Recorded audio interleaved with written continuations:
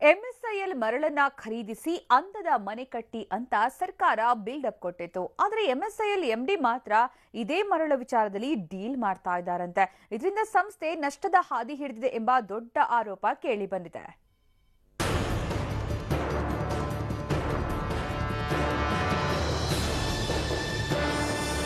ಬಡವರಿಗೆ ಕಡಿಮೆ ಬೆಲೆಯಲ್ಲಿ ಉತ್ತಮ ಗುಣಮಟ್ಟದ ಮರಳು ಸಿಗಬೇಕು ಅಂತ ಎಂಎಸ್ಐಎಲ್ ಮರಳು ಮಾರಾಟ ಶುರು ಮಾಡಿತ್ತು.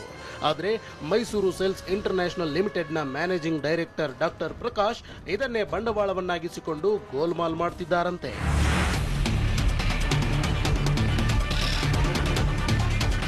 ಈ ಮೊದಲು ಎಂಎಸ್ಐಎಲ್ ಲಾಭದಲ್ಲಿತ್ತಂತೆ.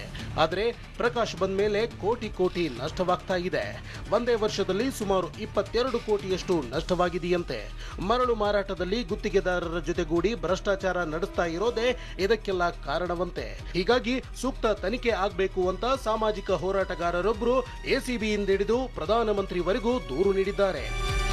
ಏನಪ್ಪ ಅಂದರೆ ಈ ಸಂಸ್ಥೆಯಲ್ಲಿ ಕಳೆದ ವರ್ಷ 100 ಕೋಟಿಯಷ್ಟು ಲಾಸ್ ಆಗಿದೆ. ಈ ಕೋಟಿ ಲಾಸ್ ಆಗಕ್ಕೆ ಕಾರಣ ಏನು? ಹಾಗೆ ಪ್ರಕಾಶ್ ಅವ್ರನ್ನ ಬೇರೆ ಕಡೆ ವರ್ಗಾವಣೆ ಮಾಡಬೇಕು. ಏನು ಲಾಸ್ ಆಗಿರುವಂಥ 100 ಕೋಟಿಗೆ ಹೆಚ್ಚಿನ ಹಣವನ್ನು ತನಿಖೆ ಮಾಡಬೇಕು. ಇನ್ನು ಎಂಡಿ ಪ್ರಕಾಶ್ ಎತ್ತಂಗಡಿಗಾಗಿ ಚುನಾವಣಾಧಿಕಾರಿ ಮತ್ತು ರಾಷ್ಟ್ರಪತಿ ಹಾಗೂ ರಾಜ್ಯಪಾಲರಿಗೂ ದೂರು ನೀಡಲಾಗಿದೆ. ಈ ಬಗ್ಗೆ ಪ್ರಕಾಶ್ರನ್ನ ಕೇಳಿದ್ರೆ ನನ್ನ ಕೆಲಸ ನೋಡಿಯೇ ಸರ್ಕಾರ ನನ್ನನ್ನು ನೇಮಿಸಿದೆ ಅಂತಾರೆ. ಎಂಎಸ್ಐಎಲ್ನಲ್ಲಿ ನಾನು ಉಳಿದುಕೊಳ್ಳೋದು ಸರ್ಕಾರಕ್ಕೆ ಬಿಟ್ಟ ವಿಷಯ. ನನ್ನಿಂದ ನಷ್ಟವಾಗಿದೆ ಅನ್ನೋದನ್ನು ನಾನು ಒಪ್ಪೋದಿಲ್ಲ.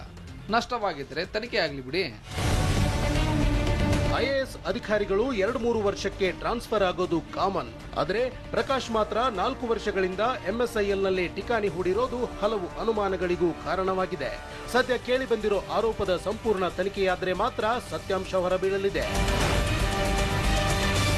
ಶಿವರಾಜ್, ಟಿವಿ9 ಬೆಂಗಳೂರು.